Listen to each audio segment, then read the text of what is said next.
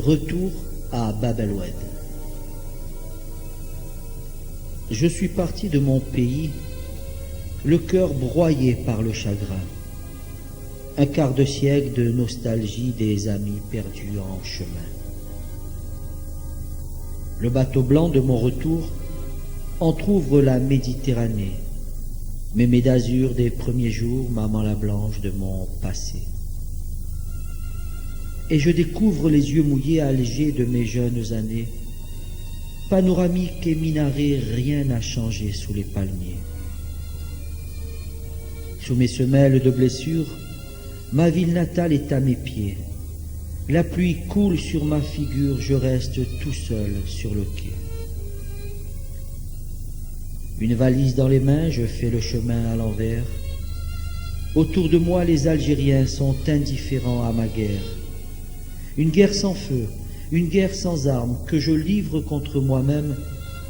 J'arrive à refouler mes larmes, on récolte ce que l'on sème. La place du gouvernement s'est baptisée place des martyrs. Sur son cheval, le duc d'Orléans a dû quitter El Djezaïr. Rue Babazoun, des yaoulèdes accourent vers moi les mains tendues. Je me dirige vers Bab el-Oued, l'enfant prodigue est revenu.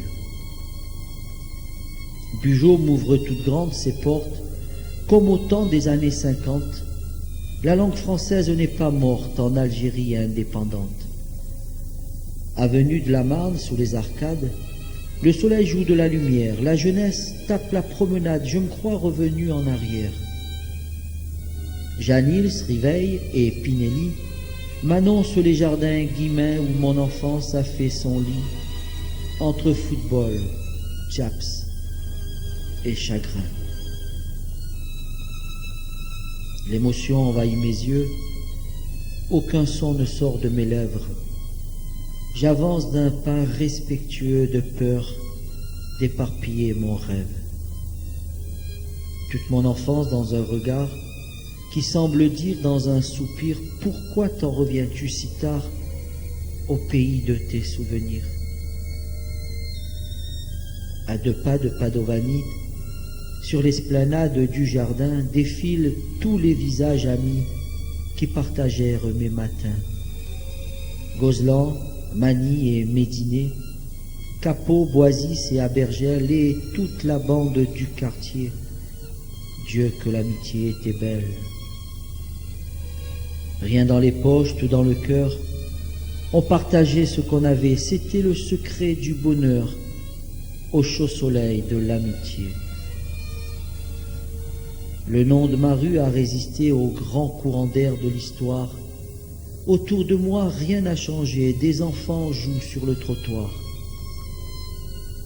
Mon balcon semble m'interpeller, comme le faisait jadis ma mère, qui me demandait de monter lorsque s'allumaient les lumières.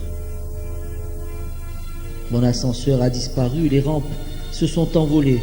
Je monte les marches, le cœur à nu, l'odeur des murs me saute au nez. Je me recueille devant ma porte. La sonnerie a rendu l'âme.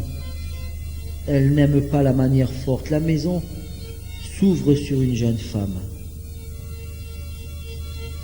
Le musée d'amour d'autrefois accueille ma visite illusoire. Je ne retrouve pas mon chez-moi, ici rien ne sent le pied noir. On a pastélisé les murs de coloris acidulés. Je me referme sur ma blessure, comme un amnésique déphasé. Adieu maison de mon enfance. Adieu jardin d'adolescence. En exorcisant ma souffrance, j'espère atteindre l'indifférence. Et je remonte la rue Coquelin.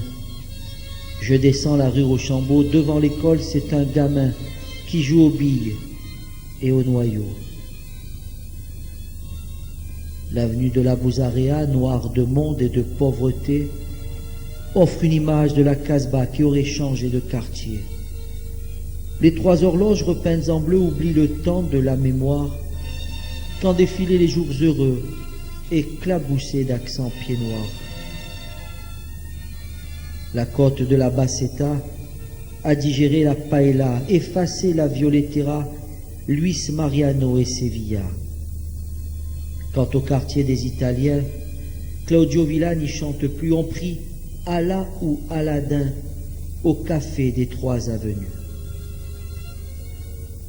Je descends la Consolation, je me dirige vers Sainte-Eugène. C'était la même direction pour le match en fin de semaine. La basilique byzantine au cœur de Notre-Dame d'Afrique domine du haut de sa colline le plus beau des panoramiques. Pour qui? Pourquoi est-elle restée dans cet univers musulman? Toute sa vie s'est arrêtée lors de l'exode de ses enfants. Le cimetière israélite où s'enfonce la tombe de mon père ouvre ses grilles pour la visite d'un homme en quête de prière. Dans le silence parfumé d'odeurs de pin et de cyprès, seul le Kaddish vient troubler ce temple de sérénité. Le sirocco a apporté le sable venu du Sahara. Les tombes en sont toutes maculées, jamais personne ne les nettoie.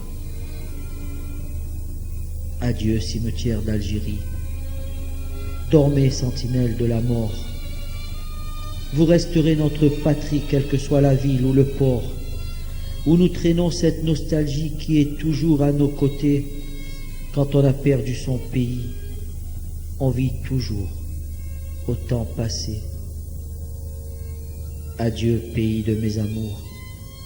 Adieu, berceau de mon enfance. Mes yeux se souviendront toujours des paysages de cette France. Tout a changé, rien n'a changé.